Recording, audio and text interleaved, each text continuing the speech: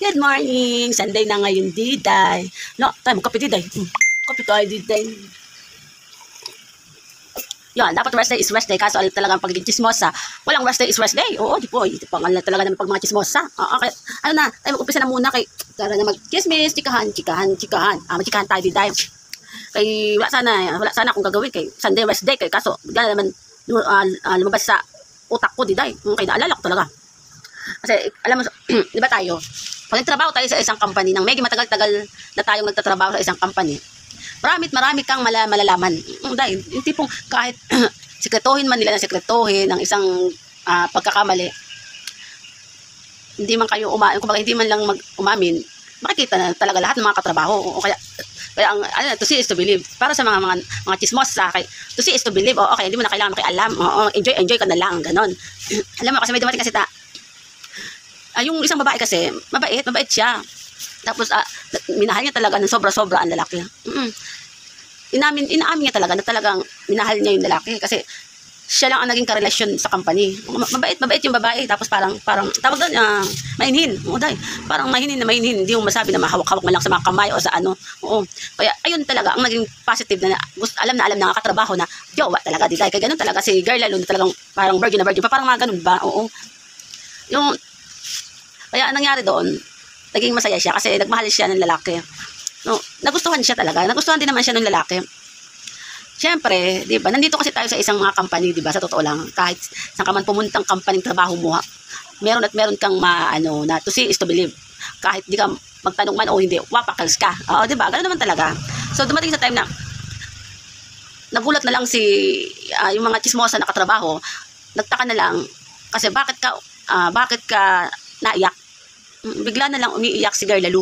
Kasi dati masaya siya na wala siyang hiya-hiya kasi pinagmamalaki niya na karelasyon niya yung boylet na gusto rin naman siya ng babae. Ang pagkakamali talaga at pagkakataka ng mga ibang katrabaho, biglang magtatrabaho, bigla papasok sa isang company, biglang ayun na, iba na kasama Diday, nakalambing-lambingan na ibang babae as in sa mismong company. Diba? Ang hirap naman ng ganyan kasi yung may sinasaktan ka na minahal ka ng sobra, kaso pagdating sa point, darating din na nagkaroon ka ng pagkakamali doon din mismo sa isang company, di ba? Pero ang maganda lang naman kasi doon kasi ang ginawa ni Girl Lalo, talagang umiyak siya, sobra siyang umiyak pero tinutuloy pa rin niya yung trabaho. Never siyang nagpakasira dahil lang sa nangyaring karelasyon niya. Ayaw niyang masira yung trabaho niya kahit na pareho kayo na sa isang company na doon mismo aagawin siya. Yung parang ganun. Kahit na masama ang kanyang loob sa nangyari. Kasi nga, minahal niya sobra ng tao yung lalaki. Pero hindi na siya namimilit. Kumbaga, para sa kanya, okay, maging okay na kayo. Maging okay na kayo. Sana hindi na kayo makarama na kagayang ginawa mo. Parang ganun. Parang na rin niya na sa lalaki na sana hindi na siya makarama na hindi siya lokohin ng babae dahil yung lalaki, niloko niya yung girlfriend niya, na mahal siya. Yun. Sa awa naman ng Diyos, okay naman si Girl Lalo, talaga nagmove on na lang, nag-move on. Pero never pa siya nakikipag-relasyon ulit muna. Baga sa kanya parang nagre-relax na lang mo siya, nag-move on, nag-enjoy bilang single kasi nasobrahan din naman ang pagmamahal niya sa nangyari na yun. Na halos na hindi na nga siya nakipag-relasyon noon pa kasi single pa siya. Yun, after noon, kahit nakakita niya daan-daanan sa company na magkasama sila magjowa, yun nga yung bagong karelasyon na babae. Dead man na lang. Siyempre, especially yung mga kasama mga chismosa, wapakals na. Nagpapansin na, hello, kamusta? Ganyan. Ganyan, parang mga biro-biroan lang. Pero ganun talaga ay ganun. Ganun talaga ang life. Wala tayong mangyayari.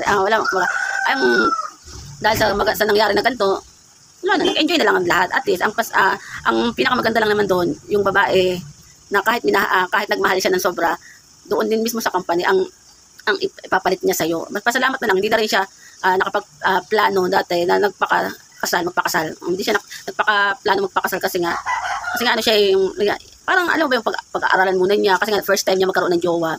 Yun, sa awa naman Diyos, naging swerte naman siya kasi naging malas siya sa pakikipag-relasyon at hindi siya nag-asawa.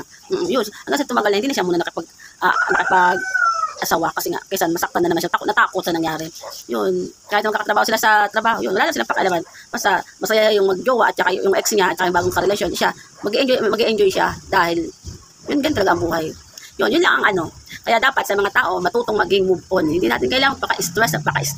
O di dahil pagiging stress, hindi naman yan makakatulong sa iyo kaya hindi ka naman dahil nang wala ka lang sa pag-ibig. Oo. nakakaloka. Kaya kung ganyan, tayo bumili ka na lang ng mag-inom ng Red Horse ka, mag-inom ka, mag-alak ka na isang bote, mag-relax ka agad dito. Kaya, yun, ganun lang. Hindi din magpalit ng mga ganyan dito. Kaya, papaktil sila. Ganun. Kaya, gora na tayo kay goodbye. Tapos na tayo mga bukas na ulit.